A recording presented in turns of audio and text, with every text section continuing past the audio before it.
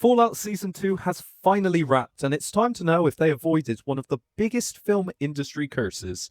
Let's get into it.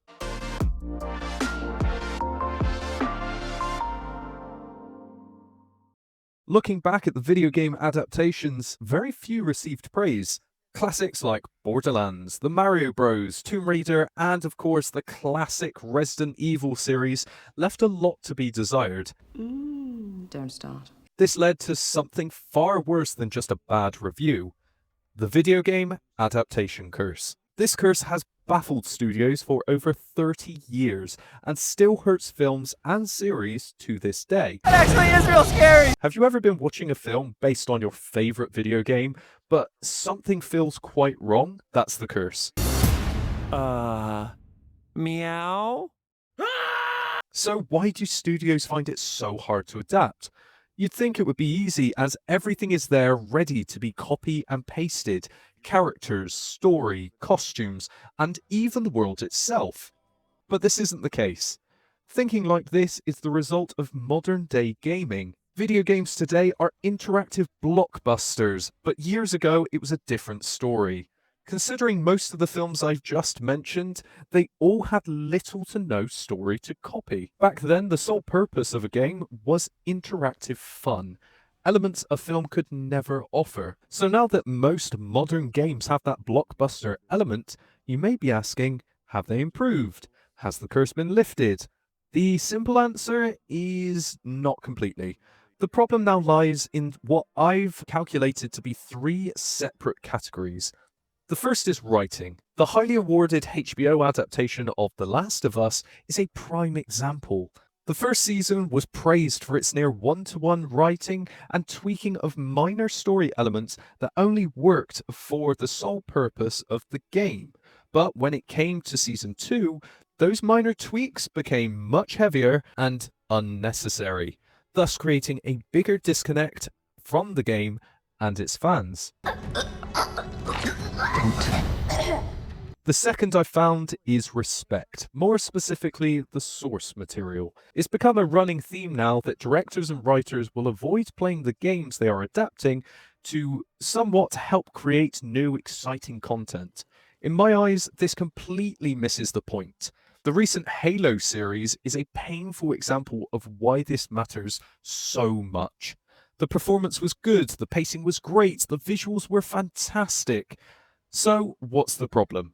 When you take a character that purposefully never shows his face so that all players of Halo can envision themselves as the character, the most catastrophic thing you can do to fans is, you guessed it, show his face.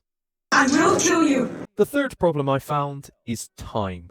We all know how long games take to complete, whether it's a classic from the 90s all the way up to modern day gaming. We all know that these are massive undertakings. We also know that squeezing in every side character, location, and plot point, all while adding new value to a project, is an impossibility. But that said, it has been done. The projects that face these problems head on now stand tall above the rest. Some examples: Arcane, Cyberpunk Edgerunners, the Sonic movies, the brand new Super Mario Bros, and the Super Mario Galaxy movie are all proof that this curse can be broken, with the next being Fallout. So how did Fallout avoid these pitfalls so many films and series fall victim to? With Fallout's world having grown over multiple games and the latest being an ever-evolving online experience, the writers made their first big decision: focusing on new characters, each of which highlight key parts of the Fallout world. This allowed them to explore the complexity of the game world simultaneously, while also connecting them to a key narrative. This not only saved time, but also deciding to create a series over a film allowed the world and its characters to breathe, even if they risk radiation poisoning. The writers, though, aren't the only ones to take credit here. The VFX, set, and costume designers also played major roles by doing one simple thing: research. It sounds obvious, but clearly not everyone does it. Every power armor, vault dweller, and even bottle cap all look, act, and sound like they've been plucked from the games themselves.